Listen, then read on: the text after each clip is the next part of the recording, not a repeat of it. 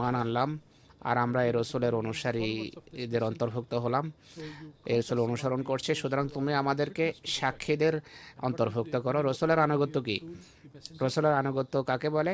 রসুলের আনুগত্য হলো তার সাথে কৃত অঙ্গীকারকে রক্ষা করা, অঙ্গীকার পালন করা, তার আনিত বা আনা নিয়ে আসা শিক্ষার উপর আমলের পুরো 100% চেষ্টা করা, সেই শিক্ষা যে সত্য, এই সত্যের উপর কামেল বিশ্বাস রাখা। আর সূরা সফেও আনসারুল্লাহর কথা উল্লেখ আছে। এখানে আল্লাহ তাআলা বলেন যে ইয়া আইয়ুহাল্লাযীনা আমানু কুনু আনসারাল্লাহি কামা ক্বালা ঈসা ইবনে মারইয়াম লিল হাওয়ারিয়্যিনা মান আনসারি ইলাল্লাহ ক্বালাল হাওয়ারিয়্যুনা নাহনু আনসারুল্লাহ فآمنت طائفة من بني إسرائيل وكفرت طائفة فأيدنا الذين آمنوا على عدوهم فأصبحوا ظاهرين। হে যারা ঈমান এনেছো, আল্লাহ তাআলার আনসার হয়ে যাও, আল্লাহর সাহায্যকারী হয়ে যাও, যেভাবে ঈসা ইবনে মারইয়াম হাওয়ারীদের উদ্দেশ্যে বলেছিল যে খোদার পথে পথ প্রদর্শনের ক্ষেত্রে কে আমার সাহায্যকারী, তারা হাওয়ারীরা বলল যে আমরা আনসারুল্লাহ। সুতরাং বনী ইসরায়েলের একটি শ্রেণী তার উপরে ঈমান আনলো আর একটি শ্রেণী অস্বীকার করলো। সুতরাং আমরা যারা ঈমান এনেছে তাদেরকে তাদের শত্রুদের বিরুদ্ধে সাহায্য করেছি, যার ফলে তারা জয়যুক্ত হয়েছে। সুতরাং বিজয় ঈমান আনয়নকারীরা লাভ করেছেন, আর এটি ঐশী জামাতের অদৃষ্ট এবং তাকদীর। যারা ঈমান আনে, ঈমান রাখে, তারাই বিজয় লাভ করে। এখানে হযরত ঈসার হাওয়ারীদের দৃষ্টান্ত দিয়ে এদিকে মনোযোগ আকর্ষণ করা হয়েছে যে হে মুসলমানগণ, খোদা তাআলার সাহায্যকারী হও। মসিহ মওউদ যখন দাবি করবেন তখন তোমরাও ঈমান আনয়নকারী শ্রেণীভুক্ত হবে, অস্বীকারীদের অন্তর্ভুক্ত হবে না। সুতরাং খোদার এটি অনেক বড় এহসান এবং অনুগ্রহ যে তিনি আজ আমাদেরকে হযরত মসিহ মওউদের প্রতি ঈমান আনয়নকারী শ্রেণীর অন্তর্ভুক্ত করেছেন। সুতরাং আমাদের দায়িত্ব বর্তায় রাসূলুল্লাহ সাল্লাল্লাহু আলাইহি ওয়াসাল্লামের এই নিষ্ঠাবান প্রেমিকের পুরোপুরি অনুসরণ করা, যেন হযরত মুহাম্মদ সাল্লাল্লাহু আলাইহি ওয়াসাল্লামের আনিত ধর্মকে পৃথিবীতে আমরা প্রচার করতে পারি। আপনারা নিজেদের ঈমানকে দৃঢ় করুন আর নিজেদের সন্তান সন্ততির মাঝে সেই ঈমান সৃষ্টির চেষ্টা করুন, সেই ঈমান গ্রথিত করার চেষ্টা করুন, যার ফলে ভবিষ্যতে আনসারুল্লাহর গুণাবলী সৃষ্টি হবে, একের পর এক আল্লাহর সাহায্যকারী সৃষ্টি হবে।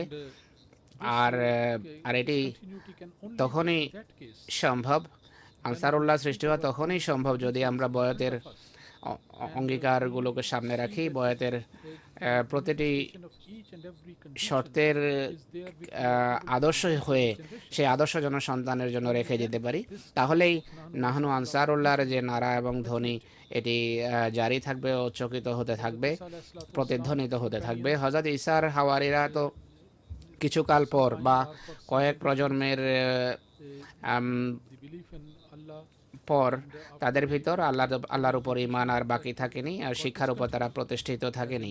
যেভাবে গত খুতবায়ও আমি এটি উল্লেখ করেছি যে বিভিন্ন বাদশা যখন খ্রিস্ট ধর্ম গ্রহণ করে, তারা ধর্মীয় স্বাধীনতা পেলেও কিছুকাল পর একত্ববাদীদের সংখ্যা হ্রাস পেতে পেতে এক পর্যায়ে সম্পূর্ণভাবে হারিয়ে যায়। আল্লাহ যিনি এক, অদ্বিতীয়, তার পবিত্র সত্তাকে তারা বিস্মৃত হয়েছে, ভুলে গেছে। আল্লাহর এক দুর্বল বান্দা এবং রসুল অন্যায়ভাবে খোদার স্থান নিয়েছে এবং তাকে খোদার স্থানে বসানো হয়েছে অন্যায়ভাবে। কিন্তু মোহাম্মদী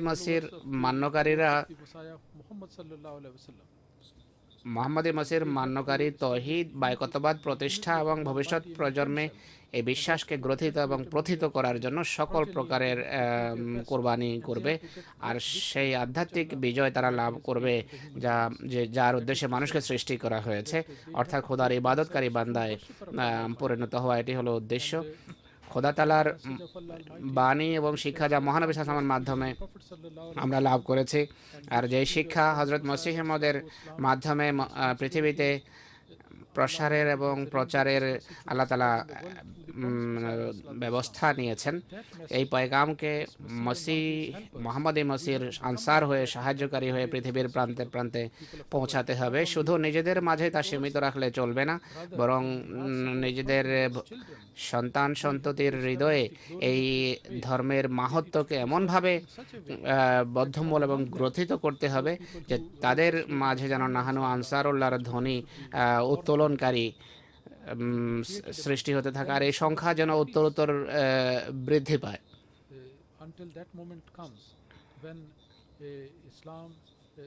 যে পর্যন্ত না ইসলামের এক অসাধারণ বিজয় আসে বা বিজয় লাভ হয়। হযরত মসিহ মউদ আলাইহিস সালাতু ওয়াস সালাম বয়াতের শর্তাবলীর ভিতর যে প্রথম বিষয় সামনে রেখেছেন আমাদের, তা হলো শিরক থেকে শিরক বা পৌত্তলিকতা পরিহার করা, শিরককে বর্জন করা, প্রতিমা পূজা কে এড়িয়ে চলা।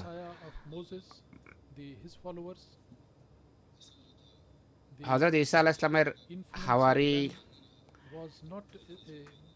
হযরত ঈসা আলাইহিস সালামের হাওয়ারিদের সেই আধ্যাত্মিক প্রভাব এক কাল পর আর একত্ববাদী সৃষ্টি করতে পারেনি। কিছুকাল পর শিরকের বিস্তারকারী প্রজন্ম জন্ম নিয়েছে তাদের ভিতর, তাদের ভবিষ্যৎ প্রজন্মে। কেননা তারা শিক্ষার উপর আমল করেনি, তারা শিক্ষা মেনে চলেনি, যে কারণে তাদের ঈমান ক্রমশ দুর্বল হতে থাকে। কেননা আল্লাহর সাথে সম্পর্ক ক্রমশ তাদের দুর্বল হতে থাকে, আর বস্তুবাদিতাই তাদের লক্ষ্য নির্ধারিত হয়। কিন্তু মুহাম্মদী মসির দাসরা, গোলামরা আল্লাহর সাথে ব্যক্তিগত সম্পর্ককে নিজের ক্ষেত্রেও দুর্বল হতে দেবে না, এবং নিজের ভবিষ্যৎ প্রজন্মের ক্ষেত্রেও সেই সম্পর্ককে তারা দুর্বল হতে দেবে না। নতুবা পূর্বের ঈসার হাওয়ারি বা তাদের সন্তান সন্ততির মতো ঈমান দুর্বল হতে হতে শিরকের জন্ম হবে, পৌত্তলিকতার জন্ম হবে।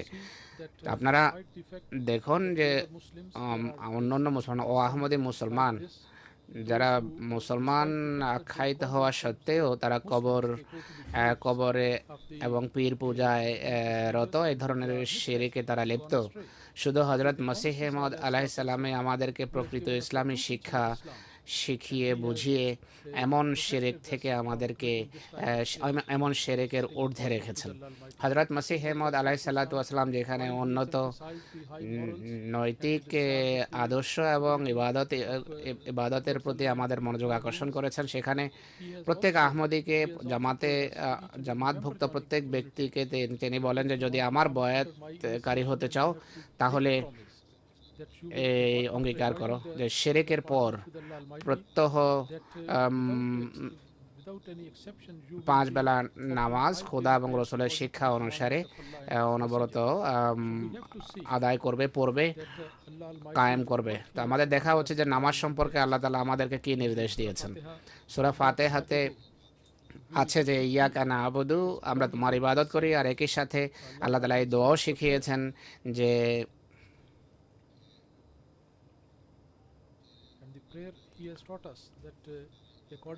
তোমার নির্দেশ মোতাবেক তোমার ইবাদত যদি করতে হয় আল্লাহ, তোমার সাহায্যের প্রয়োজন আছে, তোমার সাহায্য ছাড়া আমরা কিছুই নই। তাই ইয়াকা নাস্তাইন, আল্লাহ তোমার কাছে সাহায্য চাই।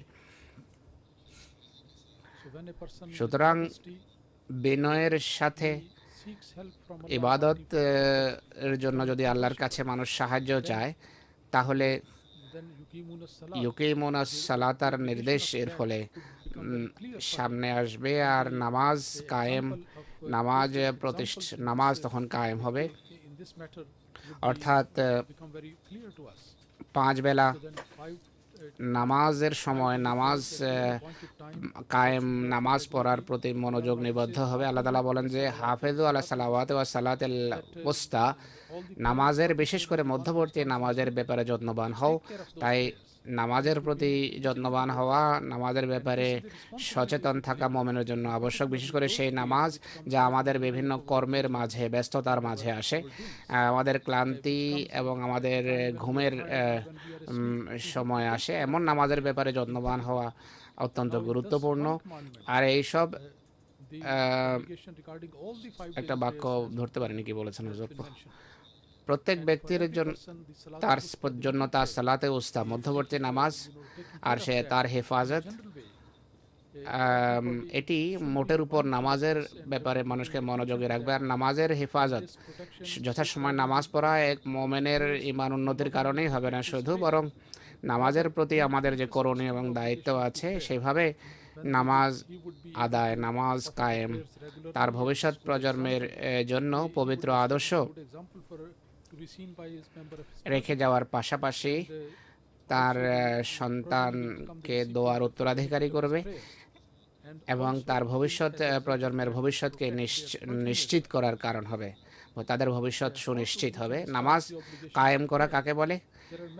হুজুর বলেন যে অনেকেই আছে যারা নামাজ পড়ে, বিশেষ করে যারা আনসারুল্লাহর সংগঠনের অংশ, তারা নামাজ পড়েন, কিন্তু তাদের আওলাদ, তাদের সন্তান নামাজের ব্যাপারে উদাসীন।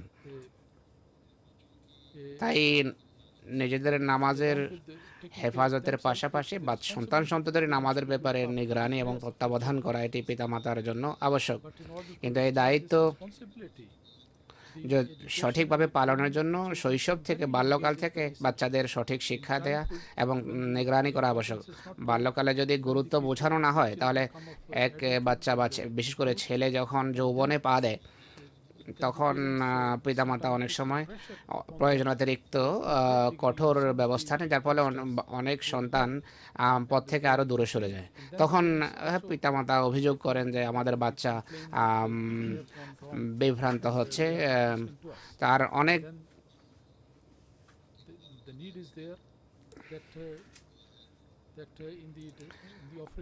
অনেক সময় বাহ্যত নামাজ, এক ব্যক্তি নামাজ সুন্দরভাবে পড়ে, কিন্তু স্ত্রী বাচ্চাদের সাথে পিতার দুর্ব্যবহারের কারণে বাচ্চারা শুধু ধর্ম থেকেই দূরে সরে যায় না, বরং বাচ্চারা মনে করে নামাজের কারণে আমাদের পিতা এমন কঠোর মন মানসিকতার অধিকারী। আর এমন বাচ্চারা নামাজকে অস্বীকার করে বা অস্বীকার না করলেও নামাজ না পড়ার অজুহাত বা বাহানা তালাশ করে। তাই নামাজের হেফাজতের একটি অর্থ হলো এমনভাবে নামাজ পড়তে হবে যা মানুষের চরিত্রকে আরও উজ্জ্বল করে, মানুষের নৈতিক গুণাবলীকে আরও সুন্দর করে, স্ত্রীর অধিকারও মানুষ দেবে এবং সন্তানের অধিকারও দেওয়ার অভ্যাস থাকা চাই। আমি যেভাবে বলেছি যে 40 বছর যে বয়স, সেটি দৃঢ়তার বয়স, কিন্তু যদি আপনি খতিয়ে দেখেন, তাহলে দেখবেন যে অনেকেই এমন আছে যারা নিজেদের নামাজের হেফাজত করে না, নামাজ যথাসময় পড়ে না, নিজেদের দায়িত্ব যথাযথভাবে পালন করে না। তো যারা এটি করে না, তারা বাচ্চাদের কাছে কিভাবে আশা করতে পারে যে তারা নেকির উপর বা পুণ্যের উপর প্রতিষ্ঠিত হবে, বা তারা আহমদীয়তের সাথে যে সংশ্লিষ্ট থাকবে, এর নিশ্চয়তা কোথায়? আমরা আমাদের শহীদদের স্মৃতিচারণ করে থাকি। একটা বিশেষ বৈশিষ্ট্য তাদের ভিতর আমরা দেখি যে তারা ইবাদত এবং জিক্রে এলাহির প্রতি মনোযোগী। যে শ্রেণীর মানুষই তারা হন না কেন, ইবাদতের প্রতি তাদের মনোযোগ ছিল। আর বাচ্চাদের সাথে স্নেহ এবং ভালোবাসার সম্পর্ক তাদের ছিল, এবং তাদেরকে ধর্মের সাথে সংশ্লিষ্ট রাখার বৈশিষ্ট্য তাদের ভিতরে ছিল। আর বাচ্চাদের উপর তাদের ইবাদতের একটা গভীর প্রভাব এবং ইতিবাচক অনেক প্রভাব তারা রেখে গেছেন।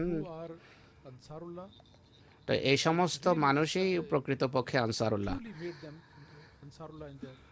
সুতরাং আমি পুনরায় আনসারুল্লাহকে বলবো যে যদি আনসারুল্লাহর দায়িত্ব সঠিকভাবে পালন করতে চান, তাহলে নিজেদের নামাজ এবং ইবাদতের শুধু আপনি নিজেই হেফাজত করবেন না, বরং নিজের আওলাদ, সন্তান সন্ততি, ভবিষ্যৎ প্রজন্মে ইবাদতকারী সৃষ্টি করে আনসারুল্লাহ হওয়ার স্বাক্ষর রেখে যান।